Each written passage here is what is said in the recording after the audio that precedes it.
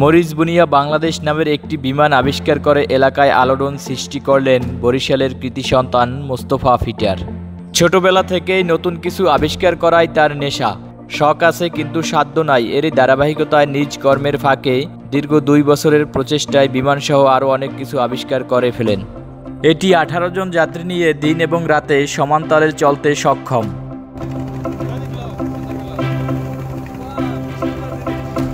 প্রত্যন্ত গ্রামে বাস করার কারণে এই বিমান আবিষ্কারক মোস্তফা এবং তার এলাকার অনেকেই হয়তো বিমান সরাসরি চোখে দেখেনি এবং উঠতেও পারেনি। আর তাই তো সবাইকে আনন্দ দেওয়ার জন্যই মূলত তার এই আবিষ্কার। সুবর্ণা এক্সপ্রেস নামের এই বিমানটিতে রয়েছে যাত্রীদের বসার চেয়ার, গরম দূর করার জন্য ফ্যান, লাইট ও জানালা, এবং এটি বৃষ্টিতেও চলতে সক্ষম।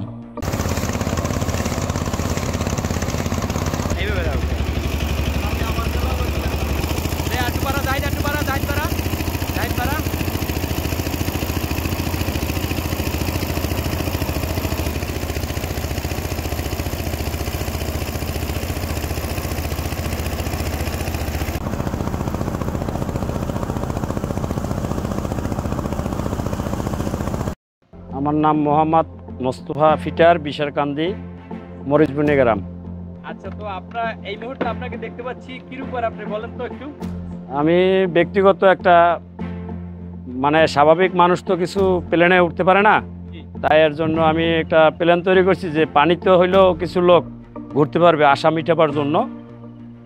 আমার ব্যক্তিগত এইভাবে একটা প্লেন তৈরি করছি, যে প্লেনটায় কিছু লোক যদি আসে ভ্রমণের জন্য, ঘুরতে পারলো, আমারও কিছু শখ মিটলো, এর জন্যই আমি করছি। এবং প্রতিনিয়ত প্রতি বছরে আমার নতুন নতুন কিছু আইটেম থাকে বের করার জন্য, যা কৃষকের জন্য।